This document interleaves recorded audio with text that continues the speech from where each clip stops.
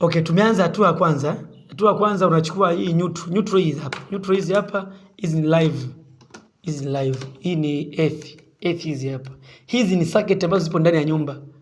Na power yake inatoka kwenye hizi hapa. Hizi looping hizi. Kwa hii power ikija inaingia hapa, inarupia hapa, hivyo. Umeelewa sasa? Power supply imetoka kwenye ile bracket hizi hapa. Zimeingia hapa, zimetoka, zimempa huyu karupu kahamishia hapa. Sio, unaelewa? Kahamishia hapa. Imetoka hapa, zimeingia hapa. Zimetoka hapa, zimeingia hapa. Zimeingia mpaka hapa. Huyu ndo ana supply kwenye circuit. Kwa hiyo hapa nimezizima circuit isiwe na power. Kwa hiyo hapa na verify line moja na nyingine. Jua hii wire una attached kwenye nini? Kwenye ground au kwenye nini? Au ground na neutral, au neutral na ground, au live na neutral. Kuna verify. Kunaanza neutral hii hapa. Itakuwa ile ya mlio. Unapima live, unapima then hii wire hapa. Pima kimya. Neutral na live inaonekana hazina connection. Kwa unaanza live na earth. Live na earth amna kitu. Amna power, amna connection. Then unakuja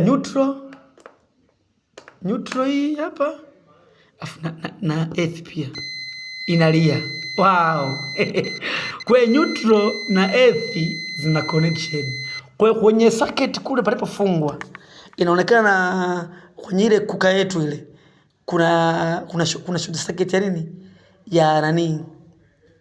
Kuna short circuit ya nini? Ya ground na neutral zimeungana. Kwa hiyo hapa si ndo natoka sasa hapa kwenda kwenye kuka kuitatua tatizo lake. Umeelewa jamani? Kazi rahisi. Hapa tanisha kula hela yangu kisimbo kabisa, naondoka zangu nyumbani.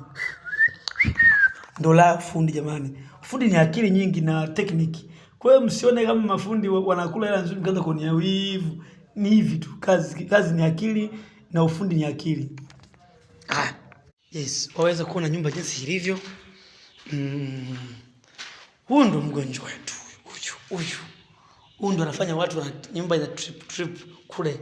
Huyu kama kuka huyu ana changamoto. Huyu. Kwa inabidi mfungue huyu nimwangalie na shida gani? Tumeelewana wanangu?